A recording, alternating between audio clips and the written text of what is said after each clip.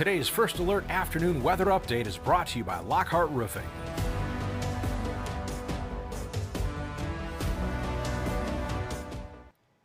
Good afternoon, First Alert meteorologist Diane Phillips joining you a little bit earlier today. I appreciate your patience kind of tuning in around here this 12:45 instead of our 2 o'clock, which is our usual hangout time. We got to do a little bit of maintenance today, so that's why we are kind of switching up those times, but we still appreciate you giving us a few minutes because we are going to be talking about the cold air coming in. You're already probably feeling the cold. I know that's what I was thinking while I was outside, but we have yet more cold air coming in. So yes, it's not going to get any better here for a little while yet, but we are going to be showing off that 7-day forecast, maybe hoping for a little bit of relief there. But first off, we want to make sure that everybody is prepared for our First Alert weather days. So we have these issued for Friday and Saturday. We are going to be finding that the First Alert weather day will be needed all day long on Friday, as wind chills are just really not going to rebound all that much. So we are going to be finding that through the entire day of Friday to have really kind of that bitter cold air in place. And then that will last into Saturday morning. Of course, typically we see our overnight lows kind of hit right towards sunrise. So that's why on Saturday we are going to start the day with still those frigid conditions, but we do start to see some improvements of it not being as cold or as frigid the later on that we go. We are also having this First Alert weather day just for parents and families and even schools, keeping an eye to the forecast because bus stops tomorrow morning are going to be cold. This is not a day where the kids can overrule and say shorts and t-shirts and flip-flops. They're not going to be comfortable even doing that. So make sure that they are layered up, that they are bundled, especially if the wait at the bus stop is a little bit longer. If you're maybe waiting 10 minutes, it's still going to be very cold. So that's why we are just first alerting that bus stop is going to be bitter cold. We also are going to be first alerting you that frostbite potential to exposed skin is going to be less than 30 minutes. And with some of these numbers, we may even see it closer towards 15 minutes. So that's why we want you covered up, hats, gloves, make sure that you have those pants on, the winter coat to kind of help keep your core warm. And just make sure that you are taking those precautions, covering up as much as you can, even bringing a scarf up to cover your cheeks. That'll be a big help if you do have to be outside for long periods of time. We do recommend that if you do have plans that are going to keep you outdoors for a large time frame on Friday, that you are able to at least get inside, warm up, take some breaks, and then go back outside, kind of go and spend equal time between inside and outside if you have to be outside. But we are going to be watching for this cold air to be kind of ushering us into the weekend. Kind of staying on track with that thinking, the National Weather Service did issue that cold weather advisory. They had the watch yesterday, but we are finding that we have the advisory. So that's going to start tonight at 1 a.m. That's going to last until 10 a.m. on Saturday. So it's really kind of the window that we are going to have kind of our worst wind chills. We find that everybody here in mid-Michigan and even across the lower peninsula, we have those alerts. So it is going to be mainly the frostbite concern, but you are going to anticipate seeing maybe that furnace running a little bit more, a little bit tricky to kind of keep the house warmed up. So it's really those outside concerns that we have, but still you're probably going to notice a little extra chill even while you're inside, or just that the furnace needs to run a little bit more. When we look at our low temperatures tonight, we find that those air temperatures, this isn't even the wind chill, this is going to be the air temperature tonight, does drop into the negative. So this is going to be the coldest air of the season. I know I was saying that on Tuesday, but this is now going to be kind of trumping over that. So we are going to have kind of this Arctic outbreak to bring in the coldest air of winter so far. We're not even to February yet, so we'll see what that has in store. But a lot of us are going to be around -1, -4, even Houghton Lake we have at -8 for a low temperature tonight. So it is going to be just downright cold with just the air temperature. Then we add the wind component on top of it. So that's really where we kind of hit that dangerous zone. Let's look at our wind chills. This is starting at 1 a.m. when that advisory kicks in. You can see already at 1 a.m. because it's right around 11 o'clock midnight that cold air starts to usher in. So we will find that our future feels like temperatures are going to be around 15 degrees below zero, even falling closer towards 20 below. By the time we wake up on Friday morning, this is where we could be seeing those wind chills easily around -25, even some of those -30s rays have been showing up. This is going to be pretty just downright cold, frigid. There's no other way to say it than it's just simply going to be cold. So if we reach kind of that -30, that's really going to kind of be concerning, because that's really when those frost bites become smaller and smaller and smaller for exposed skin. So I'm hoping to kind of at least keep it towards -25. Not that that's even much better, but it might be a little bit more tolerable than -30. So Friday morning is really going to kind of be the coldest. Into the afternoon, we don't warm up all that much. We'll still be seeing our temperatures that are around -20 into the evening. So if Friday night's your night that you go out to dinner and kind of treat yourself after the week, you are going to be seeing that it is cold running into the restaurant and running back out to the car. So maybe it'll be a dine-in night, getting some delivery. But if you want to go out weather-wise, it's just going to be cold. You really won't have too many snow concerns to get there. Of course, if you're traveling for high school basketball, it is going to be cold going to those games. So just be mindful that all of Friday is really not going to be much improvements in the later forecast.